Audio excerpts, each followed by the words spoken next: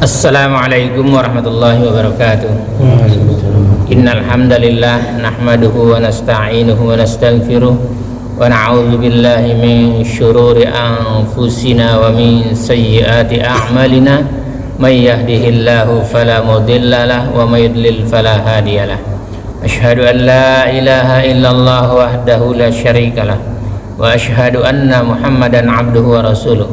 Allahumma salli wa sallim ala Muhammadin wa ala alihi wa sahbihi ajma'in, amma ba'd.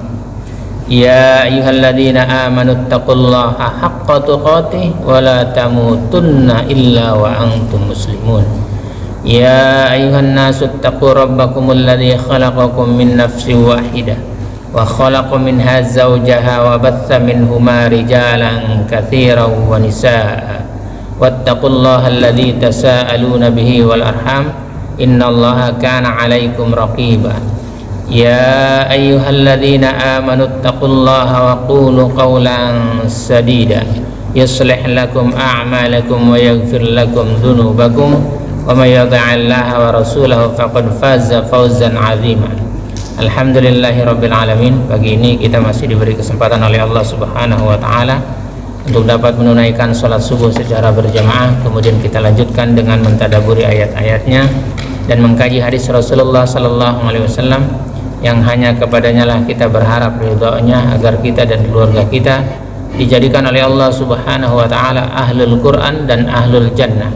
Salawat serta salam semoga tercurah kepada Rasulullah Sallallahu Alaihi Wasallam, Muhammad bin Abdullah beserta keluarganya, para sahabatnya serta pengikutnya yang senantiasa menegakkan sunnah-sunnah Rasulullah Sallallahu Alaihi Wasallam hingga akhir kiamat kelak. Mari sama-sama kita buka dengan bacaan basmalah. Bismillahirrahmanirrahim. Pagi ini kita sudah sampai di ayat yang ke-10 ya, masih surat yang ke-60 Al-Mumtahanah ya. Ayatnya panjang nih kayaknya. Ayatnya panjang. Sudah ketemu?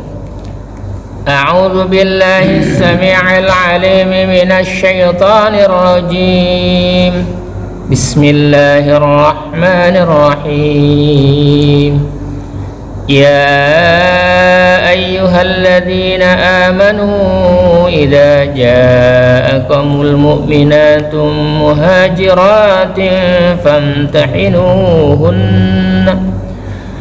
الله أعلم بإيمانهن فإن علمتموهن مؤمنات فلا ترجعوهن إلى الكفار لا هن حل لهم ولا هم يحلون لهن وآتوهم ما أنفقوا ولا جناح عليكم أن تنكحوهن إذا آتيتموهن أجورهن ولا تمسكوا بعصام الكوافر واسألوا ما أنفقتم وليسألوا ما أنفقوا ذلكم حكم الله yahkumu bainakum wallahu alimun hakim. Wahai orang-orang yang beriman, apabila perempuan-perempuan mukmin datang berhijrah kepadamu, maka hendaklah kamu uji keimanan mereka. Allah lebih mengetahui tentang keimanan mereka. Jika kamu telah mengetahui bahwa mereka benar-benar beriman, maka janganlah kamu kembalikan mereka kepada orang-orang kafir, suami-suami mereka. Mereka tidak halal bagi orang-orang kafir itu, dan orang-orang kafir itu tidak halal bagi mereka. Dan berikanlah kepada suami mereka mahar yang telah mereka berikan, dan tidak ada dosa bagimu menikahi mereka apabila kamu bayarkan kepada mereka maharnya. Dan janganlah kamu tetap berpegang pada tali pernikahan dengan perempuan-perempuan kafir, dan hendaklah kamu meminta kembali mahar yang telah kamu berikan. Dan jika suaminya telah tetap kafir, biarkan mereka meminta kembali mahar yang telah mereka bayarkan kepada mantan istrinya yang telah beriman. Demikianlah hukum Allah yang ditetapkannya di antara kamu, dan Allah Maha mengetahui, Maha bijaksana. Pada saat turun ayat ini juga Umar bin Khattab menceraikan 2 orang perempuan, ya itu kan, gitu kan? Ya, salah satunya adalah yang dinikahi oleh Muawiyah bin Abi Sofyan, anaknya Abi Sofyan, namanya Muawiyah. Muawiyah itu bukan perempuan tapi laki-laki, ya. Dan yang lain adalah yang dinikahi oleh Sofwan bin Umayyah, itu diceraikan itu. Kenapa? Karena istrinya masih tetap kafir. Sebaliknya begitu, yang istrinya beriman, suaminya kafir, dia mengembalikan juga maharnya, gitu ya. Jadi ayat ini turun ketika Rasulullah mengadakan perjanjian di mana? Di Hudaybiyah, ya kan? Kamu pernah dengar nggak Hudaybiyah? Ya. Perjanjian Hudaybiyah. Iya, perjanjian Hudaybiyah. Ya. Berdasarkan riwayat ini, maka ayat ini mengkhususkan sunnah dan ini merupakan contoh yang paling bagus bagi masalah ini. Berdasarkan pendapat ulama salaf yang lain, ayat ini nasakh atau menghapus sunnah. Allah telah memerintahkan hamba-hambanya yang beriman untuk menguji kaum perempuan yang berhijrah. Jadi enggak hanya ngomong gitu, jadi diuji perempuan-perempuan itu oleh Rasulullah sallallahu alaihi wasallam tentang keimanannya. Apabila mereka telah mengetahui bahwa mereka beriman, maka janganlah mereka mengembalikan mereka kepada orang-orang kafir, kaum kafir Quraisy itu ya. Jadi dulu orang yang berhijrah, istri-istrinya itu setelah diuji oleh Rasulullah itu nggak boleh dikembalikan, karena ada perjanjian dulu di Hudaybiyah, apabila orang yang orang-orang kafir Quraisy ikut Rasulullah harus dikembalikan, ya, ke Madinah itu, ya. Jadi turun ayat itu. Mereka tidak halal bagi orang-orang kafir. Jadi orang Islam yang perempuan sejak dulu enggak halal bagi orang-orang kafir. Ada enggak perempuan-perempuan yang Islam terus sekarang lakinya kafir? Banyak. Ya, banyak. Enggak halal. Kalau enggak halal ya haram. Ya. Zina termasuk ya. Lah iyalah. Gitu. Apalagi ada pernikahan beda agama, kan nggak boleh. Sejak kapan? Ayat ini sejak dulu sudah mengharamkan perbedaan agama dalam pernikahan. Jadi nggak boleh, mau pakai aturan apapun nggak boleh, ya. Berarti setelah perang ayat ini turun gitu ya, setelah hijrah orang-orang berhijrah, ya kan? Berarti 14 abad yang lalu sudah tidak boleh orang beriman laki-laki menikahi perempuan-perempuan kafir, dan sebaliknya perempuan-perempuan beriman tidak halal bagi orang-orang laki-laki kafir, ya, nggak halal, ya. Pada awal kedatangan Islam, seorang laki-laki musyrik boleh menikahi seseorang perempuan muslim. Sebelum ayat ini turun, boleh. Jadi laki-lakinya musyrik, perempuannya muslim, boleh. Tapi ketika ayat ini turun, maka ini dihapus, nggak boleh, ya. Ini ketika perjanjian Hudaybiyah dulu.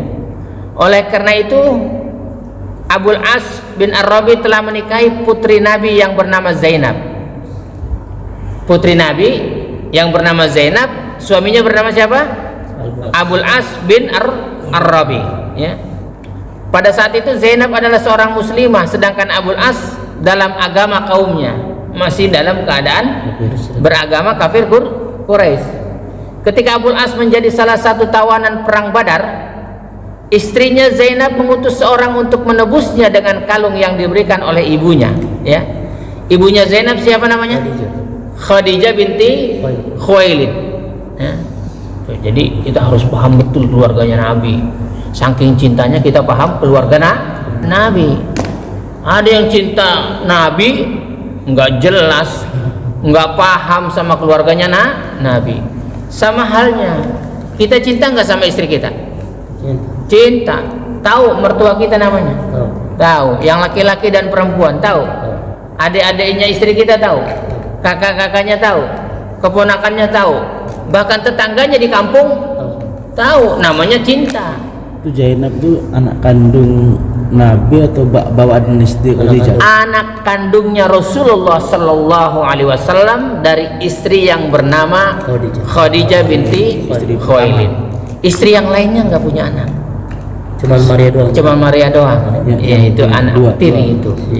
Ya, bawaan ya. Bawaan. Selain itu anaknya Ibu Khadijah semua. Gitu. Ya. Jadi suaminya Zainab binti Rasulullah Sallallahu Alaihi Wasallam yang bernama Abul As bin Ar-Rabi masih dalam keadaan kafir. Dan ketika perang Badar, dia ikut kelompok mana dia? Kelompok kafir Quraisy. Ya. Tawan dia. Dan kalah kafir Quraisy di perang Badar, itu ditawan. Dan Zainab sebagai istrinya sedih nggak kira-kira? Sedih juga, sekalipun suaminya kafir, gitu ya.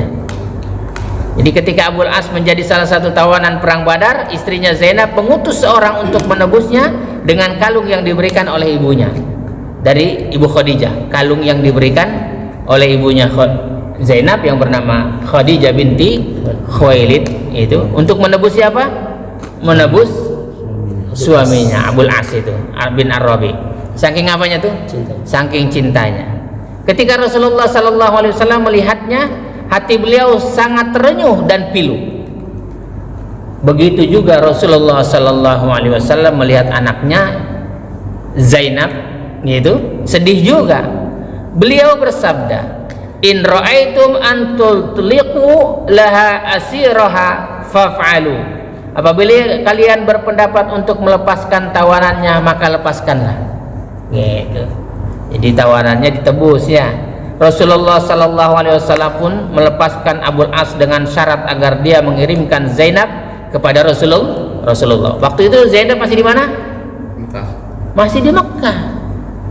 Gitu. Jadi Abul As ditawan di Madinah, ditebus oleh Zainab dari Mekah dengan kalung, dan Rasulullah mengembalikan Abul As bin Ar-Rabi dengan syarat Zainab dikirimkan ke Madinah. Begitu. Kenapa? Karena ayatnya sudah turun. Ya. Ayatnya sudah turun.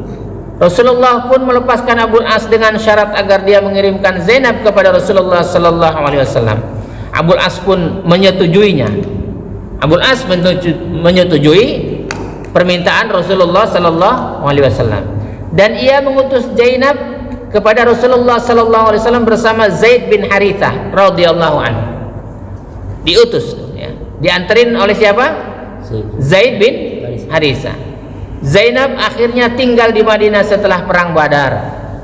Jadi sebelum perang Badar Zainab masih tinggal di Mekah dengan suaminya yang bernama Abul As bin Ar-Rabi.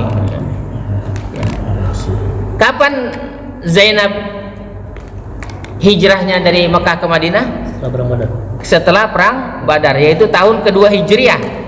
Hingga suaminya yang bernama Abul As bin Ar-Rabi masuk Islam pada tahun 8 Hijriah.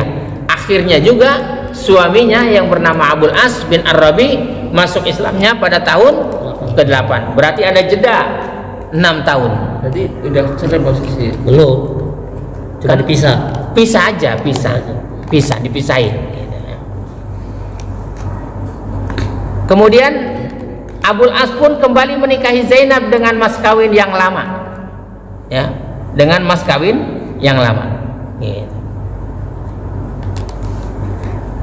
Wa atuhum ma'anfaqu, dan berikanlah kepada suami-suami mereka mahar yang telah mereka bayar, yakni kepada suami-suami yang masih musyrik dari wanita yang berhijrah, mengembalikannya mas kawin yang telah mereka bayar itu. Demikian pendapat Ibnu Abbas radhiyallahu anhu, ya. Jadi kalau suaminya masih kafir, dianya sudah hijrah, kembalikan, gitu ya kan, kembalikan maharnya, ya. Jadi ada pengharaman, ya, pengharaman itu. Maka Allah berfirman, wala junaha alaikum an tankihuhunna idza ataitumuhunna ujurahunna, Dan tidak ada dosa atasmu mengawini mereka apabila kamu bayar kepada mereka maharnya. Apabila kalian telah memberi mereka mas kawinnya, maka nikahilah mereka sesuai dengan syarat-syaratnya, seperti setelah selesai iddah, adanya wali dan yang lainnya. Sebagaimana Abul As menikahi Zainab kembali dengan mas kawin yang lama. Wala tumsiku bi'isamil kawafir, dan janganlah haram kamu tetap berpegang pada tali perkawinan dengan perempuan-perempuan kafir. Jadi nggak boleh, jangan berharap pengen dapat perempuan kafir meskipun kaya. Haram itu ya. Sebaliknya begitu. Mau kamu bikin acara besar-besaran sekalipun, kalau istrinya kafir, suaminya beriman, haram. Sebaliknya gitu. Istrinya, perempuannya mukminah, orang-orang beriman, suaminya kafir, nggak boleh. Maka hati-hati anak kita ya, sekalipun dia kasih mahar mewah jangan dikasih gitu, karena dilarang oleh Allah. Ketika Allah sudah melarang dan dilaksanakan, kamu pasti akan diadab, pasti itu ya. Di dalam hadis sahih dari Al-Miswar dan Marwan bin Al-Hakam bahwa ketika Rasulullah SAW membuat perjanjian bersama orang-orang kafir Quraisy pada hari Hudaybiyah, para perempuan mukmin mendatangi beliau. Jadi perempuan-perempuan mukmin itu datang kepada Rasulullah, dan turun ayat ini ya. Turun ayat surat Al-Mumtahanah ayat ke-10 ya, surat Al-Mumtahanah ayat ke-10 ya. Ketika kaum perempuan mendatangi beliau, ayat ini pun turun dan memerintahkan beliau agar mengembalikan mas kawin para perempuan itu kepada para suaminya. Jadi ketika datang para perempuan-perempuan itu, dikembalikannya oleh Rasulullah mas kawinnya. Sebagai seorang rasul, seorang nabi, seorang pemimpin, Rasulullah menunjukkan bahwa dia punya tanggung jawab. Begitu juga kita, kalau seorang pemimpin punya tanggung jawab gitu ya. Kebetulan kejadiannya pada anaknya juga. Iya, kebetulan kejadian pada anaknya juga, iya kan? Gitu. Betapa peliknya masalahnya Rasulullah. Sudah berperang Badar, perang yang sangat dahsyat. Begitu juga setelah selesai masih ngurusin anak-anaknya Zainab, gitu kan? Ketika dia hijrah, dia sedih nggak Zainab masih di Mekah? Sedih. Gitu. Waktu ayat ini belum turun, itu belum begitu sedih. Kenapa? Karena masih diperbolehkan antara perempuan mukminah dengan orang kafir. Tapi setelah ayat ini turun, maka dinasah, tidak dibolehkan lagi ya. Jadi sejak saat itu, sejak perjanjian Hudaybiyah, sudah tidak dibolehkan lagi pernikahan beda agama ya. Hukum ini juga berlaku pada kaum musyrik, yaitu apabila para perempuan muslim mendatangi mereka, maka mereka harus mengembalikan mas kawin itu kepada para suaminya ya. Dan Allah Subhanahu wa taala berfirman, wala tumsiku bi'isamil kawafir, dan janganlah kamu tetap berpegang pada tali perkawinan dengan perempuan-perempuan kafir gitu. Di kita ada kali ya, di sini banyak ya, perempuannya mukmin, laki-lakinya kafir. Waduh, rusak itu ya, rusak. Kalau di data kira-kira di semua blok ada berapa tuh kira-kira? Ada 5 nggak? Lebih ya, banyak. Kemudian Allah Subhanahu wa taala berfirman, was'alu ma anfaqtum wal yas'alu ma anfaqu, dan hendaklah kamu minta mahar yang telah kamu bayar, dan hendaklah mereka meminta mahar yang telah mereka bayar. Jadi kalau kamu masih tetap kafir, minta maharnya gitu. Kalau tadinya kan ada tuh yang tadinya sama-sama beriman, kemudian satunya murtad, ada nggak? Ada, minta. Kalau suaminya murtad, gitu, kembalikan. Ada juga orang masuk Islam, sudah kawin Islam. Ya, kembalikan maharnya, langsung pisah, cerai. Gitu. Maharnya kembalikan.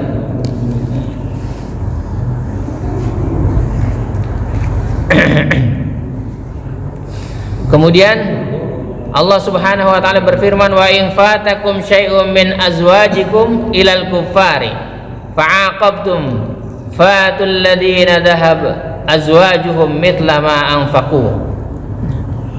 Dan jika seorang dari istri-istrimu lari kepada orang-orang kafir, lalu kamu mengalahkan mereka, maka bayarkanlah kepada orang-orang yang lari istrinya itu mahar sebanyak yang telah mereka bayar, ya. Ini berkaitan dengan orang-orang kafir yang tidak ikut dalam ikatan perjanjian. Ini terjadi ketika seorang perempuan lari kepada mereka dan mereka tidak membayar apapun kepada suaminya. Maka apabila seorang perempuan dari mereka datang, sang suami tidak berhak mendapatkan apapun hingga mantan suami perempuan yang pergi ke mereka tadi dibayar sesuai dengan mas kawin yang telah dia bayar, gitu ya. Jadi ayat ini turun apabila seorang istri kaum mukmin pergi bergabung dengan orang-orang musyrik, ya.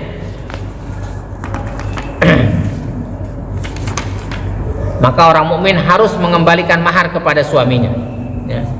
Jadi kalau ada orang datang gitu, kita kembalikan maharnya. Otomatis cerai gitu. Iya, otomatis cerai dia. Mahar tersebut diambil dari iqab, yakni harta yang tersisa dari mahar wanita-wanita kafir ketika mereka beriman dan berhijrah. Jika masih ada sisa dari iqab, maka sisa itulah yang diberikan kepada laki-laki kafir, mantan suami dari wanita-wanita yang masuk Islam dan berhijrah. Jadi ayat ini menyatakan, ya, dan menegaskan bahwa sudah tidak boleh lagi pernikahan beda agama. Makanya kita berdoa kepada Allah Subhanahu wa taala agar keluarga kita, ya, anak-anak kita jangan sampai dapat jodoh orang kafir. Lebih baik, apalagi dapat kafirnya miskin, ya kan, gitu. Lebih baik dapat jodoh orang yang beriman kaya raya, gitu, ya kan. Gitu berdoa, ya. Apalagi anak kita mah cantik-cantik, ya kan, gitu, ya, cantik-cantik. Ya, mudah-mudahan kita ditetapkan iman kita oleh Allah Subhanahu wa taala dan ditetapkan iman keluarga kita, ya. Dan Allah golongkan kita dan keluarga kita termasuk orang-orang yang bertakwa kepadanya, sehingga Allah masukkan kita ke dalam surga Aden yang mengalir di bawahnya sungai-sungai. Subhanakallahumma rabbana wa bihamdika asyhadu an la ilaha illa anta astaghfiruka wa atubu ilaik.